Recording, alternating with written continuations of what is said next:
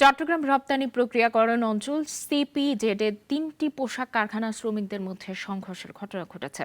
এতে শতাধিক শ্রমিক আহত হয়েছেন। পরিস্থিতি নিয়ন্ত্রণে নৌ ও সেনাবাহিনী মোতায়েন করা হয়েছে।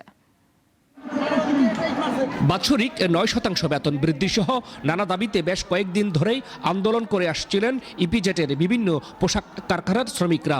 অনেক কারখানা দাবি মেনে নিলেও কিছু কারখানার শ্রমিকরা আন্দোলন অব্যাহত রাখেন।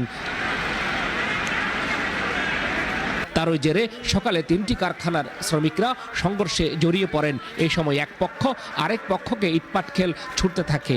ঘটে শ্রমিক আহতের ঘটনা। পরে পুলিশ এবং সেনাবাহিনী পরিস্থিতি নিয়ন্ত্রণে নেয়। তখন অলরেডি আমরা এসে দেখি যে 4টি গার্মেন্টসের শ্রমিকরা নিজেদের ভিতর মারামারি করছে।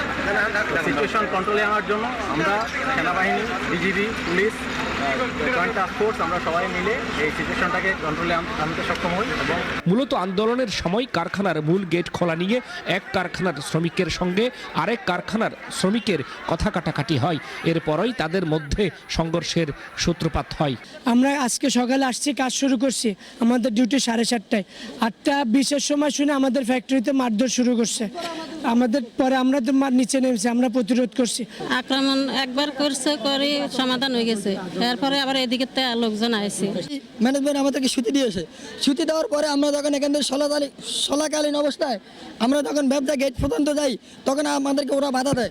জেএমএস কারখানা কর্তৃপক্ষ জানিয়েছে তারা শ্রমিকদের দাবি মেনে নিলেও তাদের কারখানায় হামলা চালানো হয়। ফ্যাক্টরি যাতে ঠিক থাকে, শ্রমিক আজকে আমি এখানে কাজ করছি, কালকে আমি ওখানে কাজ করতে যাবো না, যেটার তো কোনো গ্যারান্টি নাই। তাহলে আমরা যাতে নিশ্চয়তা করি আমরা উত্তেজিত না হই, আমরা সহনশীল থাকি। চট্টগ্রাম রপ্তানি প্রক্রিয়াকরণ অঞ্চল কর্তৃপক্ষ জানিয়েছে শ্রমিকদের মধ্যে ভুল বুঝাবুঝি থেকে এই ঘটনা ঘটেছে। মালিকরা তাদের বুঝিয়েছেন। এখন পরিস্থিতি শান্ত রয়েছে। একে আজাদ, নাগরিক, চট্টগ্রাম।